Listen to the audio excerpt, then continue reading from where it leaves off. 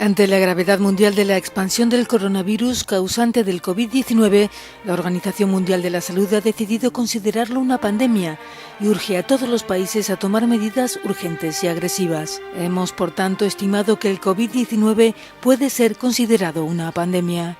That COVID-19 can be characterized as a pandemic. Auditores y templarias, bienvenidos nuevamente a Mario LA Today, el canal donde les recuerdo hablamos de lo inexplicable de la ciencia, lo enigmático del cine, lo controversial de la conspiración y lo fundamental de la yapa. En este episodio del Pilar de la Conspiración, he decidido traerles un tema que ha revolucionado casi todo el siglo XXI, por su controversia y por teorías tan locas que incluso podrían caer en lo ridículo. Ya que en el 2020, un enemigo invisible cambió la historia humana, millones de vidas alteradas, economías paralizadas y un planeta entero reteniendo el aliento. Estoy hablando de no otro que del COVID-19. Pero entre cifras, titulares y campañas, surgió una pregunta que aún resuena como eco incómodo. Y ustedes se preguntarán, ¿por qué no nos contaron todo sobre el COVID-19? Pues...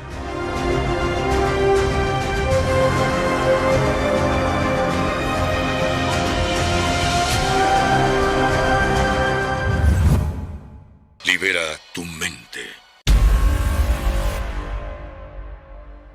Todo comenzó y como versión oficial en Wuhan, China, un mercado húmedo donde el virus había saltado de un animal a un humano. Sin embargo, laboratorios, investigadores y documentos filtrados alimentaron sospechas de otra posibilidad: un accidente de laboratorio. La teoría del origen zoonótico y la teoría del escape de laboratorio se convirtieron en dos bandos globales. Ni una ni otra fue descartada por completo durante años. En 2012, mineros de Yunnan enfermaban de un virus similar al SARS-CoV-2. Increíble mencionar que durante los primeros meses de confinamiento, la Tierra vibró menos. Los sismólogos registraron la mayor reducción de actividad humana de la historia moderna. Antes que la opinión mundial se decidiera, hubo un arma más poderosa que el virus: el pánico. Cada cifra, cada gráfico, cada titular influyó en cómo percibimos el riesgo. Mientras unos países mostraban transparencia, otros fueron acusados de manipular cifras, ya sea para minimizar o exagerar el impacto. Durante la pandemia, Google registró el mayor tráfico de búsquedas sobre cómo sobrevivir a una crisis desde que existe el buscador.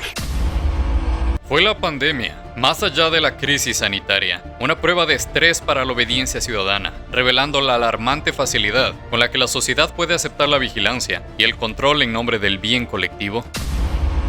El SARS-CoV-2 mostró rasgos inusuales: alta transmisibilidad, transmisión presintomática y mutaciones sucesivas. La comunidad científica trabajó contra reloj para entenderlo. Se habló incluso de la proteína Spike, de ganancia de función y de modificaciones genéticas. ¿Era todo evolución natural o hubo una intervención humana? Como te podrás imaginar, aún hay una respuesta oficial y su desenlace sigue debatido entre expertos. El virus podía sobrevivir en superficies hasta 72 horas, pero la transmisión por contacto resultó mucho menos común de lo que se pensó al inicio.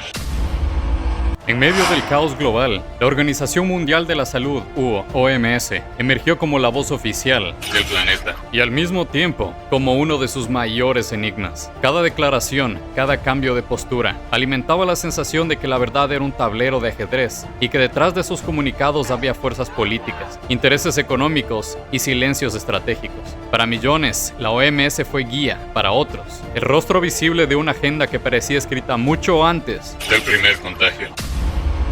A pesar de la sobreabundancia de información y expertos, ¿hasta qué punto la población realmente cree en la verdad oficial? ¿O simplemente ha aprendido a obedecerla por agotamiento o miedo a la exclusión social? Todo esto, a la final, solo podría traer consecuencias obvias. Medios, redes sociales, gobiernos y fact-checkers libraron su propia batalla. Se censuraron teorías, se etiquetaron debates y se moldeó lo que el público podía o no discutir. Algunos vieron esto como protección contra desinformación, otros lo percibieron como control narrativo. Palabras como fake news y misinformation se convirtieron en las más usadas del año 2020 en todo el internet. Las especulaciones y teorías nacieron, crecieron y se reprodujeron incluso mucho más rápido que el mismo virus. culpando al 5G, tras el surgimiento de un meme viral que vinculaba la red 5G y el COVID-19, y que fuera promovido con avidez por activistas antivacunas, quienes han estado difundiendo temores sobre la radiación electromagnética y aparentemente incitados por el Kremlin. Bill Gates como chivo expiatorio. Una conferencia en el TED del 2015 dada por Gates, donde él discute el brote del ébola y advertía sobre una nueva pandemia, para reforzar sus afirmaciones que él tenía conocimiento previo de la pandemia al COVID, o incluso que él La causó a propósito. el virus escapó de un laboratorio chino.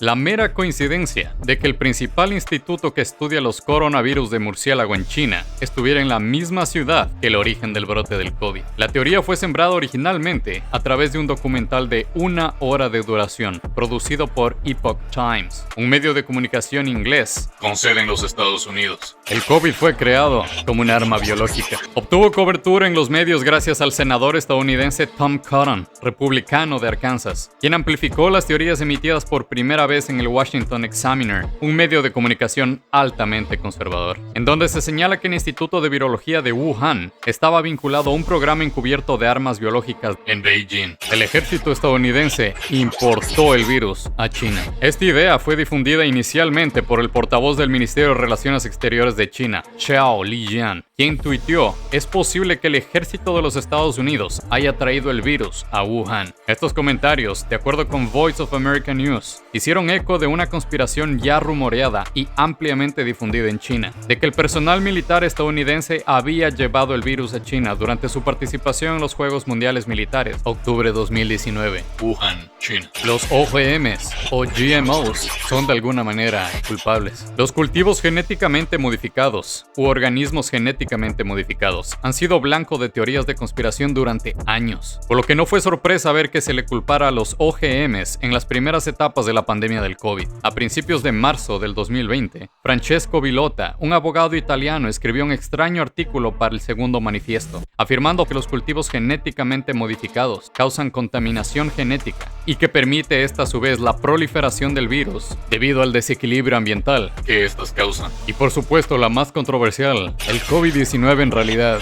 nunca existió. De acuerdo a conspiradores profesionales como David Icke y Alex Jones de InfoWars, el COVID-19 en realidad nunca existió, sino que es un complot de la élite global. Para quitarnos la libertad. La mayoría fueron descartadas pública y científicamente, pero siguieron circulando porque respondían a un sentimiento profundo, la sensación de que algo No encajaba del todo. Tal sería la revolución de la pandemia, que la palabra pandemia fue la más buscada, mencionada y discutida de toda la década. E incluso el hashtag Plandemic acumuló más de 1.5 mil millones de visualizaciones. Antes de ser censurado.